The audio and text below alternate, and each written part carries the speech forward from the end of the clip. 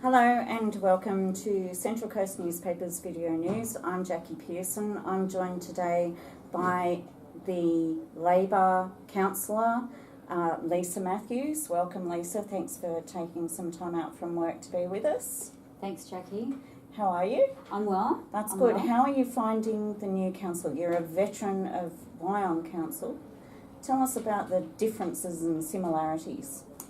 I guess the differences would just have to be the landscape and actually how much more of the area or the whole region that we have to cover. I know I'm a ward councillor, but the expectation is that I'll be across from north to south, and that's quite a huge responsibility for somebody who also does have a job. So how many hours is it taking? I know I spoke with Bruce McLaughlin and he said he made a quick decision to run and thought, oh yeah, I can do, one meeting a month and read the material over a day. And he is now saying that it's basically multiple days per week. What sort of time are you dedicating? I'm actually dedicating 30 hours a week. Right, so that's... to get across the entire complex issues that we have, but also making time for the residents, because that's integral in this. You have to be grassroots, you have to actually get down and do some of the work yourself. So therefore I'm making special point or special time to actually deal with the residents and some of their concerns and issues. So, Councillor Matthews, is this council too big? Is it a Mike Baird experiment that should have never happened? It's definitely too big, absolutely is too big. I'm not convinced that it's something that shouldn't have happened. But what I'm convinced of is that it shouldn't have happened the way it happened. It absolutely should have been a people's vote. It should have been taken to the vote, for sure. You can't make a cake until such time as you have all the ingredients. And I think that's where we are at the moment. We're missing a lot of ingredients. Is one of the, there was a request for a report from staff early on precinct committees or ward committees. Do we need another level of, I suppose, delegation and community involvement in sort of precincts or wards? I know, for instance, North Sydney Council has something like 36 precincts. No way. That would just, if you bring in that level, that's more time and energy and effort that needs to be, and resources that need to manage those processes. Our staff have done an absolute bonanza engagement strategy with 36,000 different types of engagement. What council does that? Okay. No council does it. I don't believe we need another level in the mix. Okay. I was interested also in the fact that one of your first initiatives in the new council was Status of Women Advisory Group. There's been a bit of resistance from staff about re-establishing lots of committees. Mm-hmm. Why did you think it was important to get that one up and running so early? First meeting, first goal, and that's exactly what I said it. Women, we've got more women elected this term of council, which is absolutely fabulous. We have a woman mayor, which is absolutely fabulous. But we need to ensure that women still remain involved in local government, whether they be elected or whether they want to be a staff member. Our executive leadership team has 3 women, and that's fantastic as well. But we need to make sure that women are still coming through the channels to be engaged and to want to be a representative or be a staff member in an executive role. We need to make sure that happens. That's why the Women's Committee, in my opinion, needed to be one of the first things that we dealt with, and that we start the new council with this committee. So we actually put the message out to the people is that we care. Okay. We care. And so, as well as advancing women through the ranks of local government, does that committee also have a role in representation of the needs of women in the broader community? I'd like to think, I guess for me, it's not about what I think that committee needs. We've got 9 women on that committee, and our first meeting will be on this Wednesday. And I think we need to be throwing it out there to the women. What exactly do they see, and what should be the role and purpose of this committee? Obviously networking, and obviously understanding some of the plights of women and some of things that are happening out there. I mean, we all know and hear about things, but getting a lot of it firsthand will certainly be useful. But I think that the committee will certainly have a purpose and a role that is kind of defined, but not defined until we have that meeting.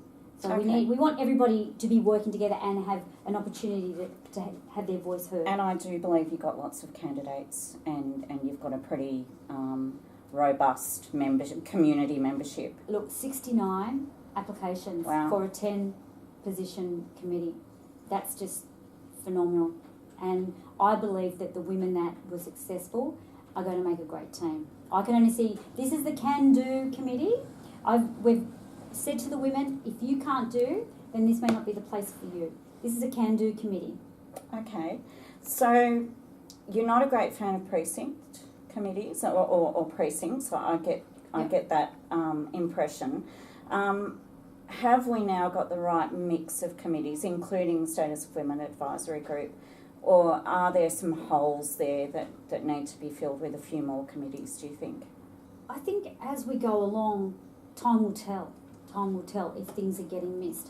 My concern with some committees, and you refer to the precincts, was that I'm not saying that they were bad, but the same people were being engaged all of the time, and not new people or The people. squeaky wheels. That's right, not representing the whole of community. Like, what young person went to a precinct committee? I failed to actually see anybody under 40 at those committees, and I'm not saying over 40 is old either, but to me, we need other ways of engaging. You can't just put all your eggs in one basket. And unfortunately, they were at times all their eggs in one basket. There are other ways. I'm not saying we shouldn't be, that we can't use the old precincts, because the old precincts have been turned into other Just to committees. clarify, that's for Wyong. Yeah. Wyong had precincts, Gosford Correct. didn't. Oh, okay. Well, Yeah. there you go. See, I've learned something today. Yes, okay. So just back to your comment about the ingredients needed to make a cake. What then are the ingredients that are missing from this mega Experience. cake? Right. I think experience. At this stage, You're talking about the elected councillors or the staff? I think a mix of both. Mm-hmm. Because nobody's worked in this environment before. This is huge, as you've been saying, and that we have 3 existing councillors are represented. We've got one councillor that had a stint in state, and that's great, and he's also was a former mayor, and the rest are all new. Really, that did come in thinking that it was maybe one day a month with some reading, necessary to be done. Mm-hmm. But I really don't think that they expected this amount of work. Maybe they did, and maybe I'm delusional. Maybe I only didn't think it would be this amount of work. I'm not sure. But at the end of the day, experience is missing at this point. That's how I see it. So do we need then, at the moment, the recruitment for the general manager or CEO is happening? Do you want a woman, and a woman of great experience? Of course I want a woman and a woman with great experience, but I think reality is we're not going to get that. Right. It's unfortunate. There's not many GMs that are women that possibly would want to take on this challenge, and it is a challenge. It's the unknown waters at this stage. We don't know what you don't know until you know it, Mm-hmm. and that's the problem. And we're all on a huge learning curve, and we're learning about each other's personality. We're learning about the extent of the shire or the extent of the region. There's a lot of things, and I'll put my hand up. A lot of things I don't know about the former Gosford city, so I'm learning about that. Even though my ward is the entrance, I still feel it's important that I have a handle on what's happening further south. So what are you passionate about? Obviously, status of women was one of those things, but what are the core issues that drive you as an elected councillor? Look, absolutely women's issues, children and families. I think that the children are our future leaders, and we need to get a grasp on that, and we need to work out how we can support them. Education, employment, transport. We need to make sure that those things get reasonable or above reasonable funding in budgets. We need to make sure that we are a connected community. At the moment, a lot of people go to Sydney. We take that for granted, that half of our community pops on a train and goes to and from Sydney every day. I don't want that for my children. I want them to be able to live and work on the coast. So let's then talk about a couple of the legacy issues from Wyong Council. It looked to me, as a former Gosford ratepayer, like Wyong in the whole amalgamation process was left alone, whereas Gosford, for instance, Gosford's books got put through the ringer. The same forensic investigation was not applied to Wyong books. It's taking quite a while to work through what appear to be obstacles put up by staff to step back from the expansion of the airport. The great job creation ideas of the last Wyong Council were a Chinese theme park, a regional airport, a university. Are they really the sorts of job creation measures that Councillor Matthews believes will deliver the jobs for our young people that we need? Yeah, that is a very interesting question. For the record, and it was on the record, I certainly didn't support a lot of those proposals, but unfortunately in that previous term of council, a lot of things happened that we didn't support for whatever reasons that at the time that was brought to us, and the majority of the reasons were that there wasn't enough information or they weren't strong ideas. So, it's difficult. It's truly because difficult. I've been told, for instance, and we've still got a lot of information on the airport.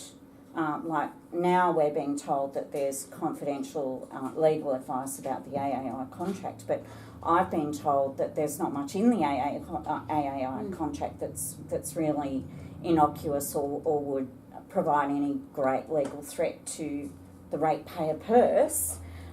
So when are we going to get some momentum on real job creation, on utilising that land for real job creation? That's a good question too. I think I asked that question the other day.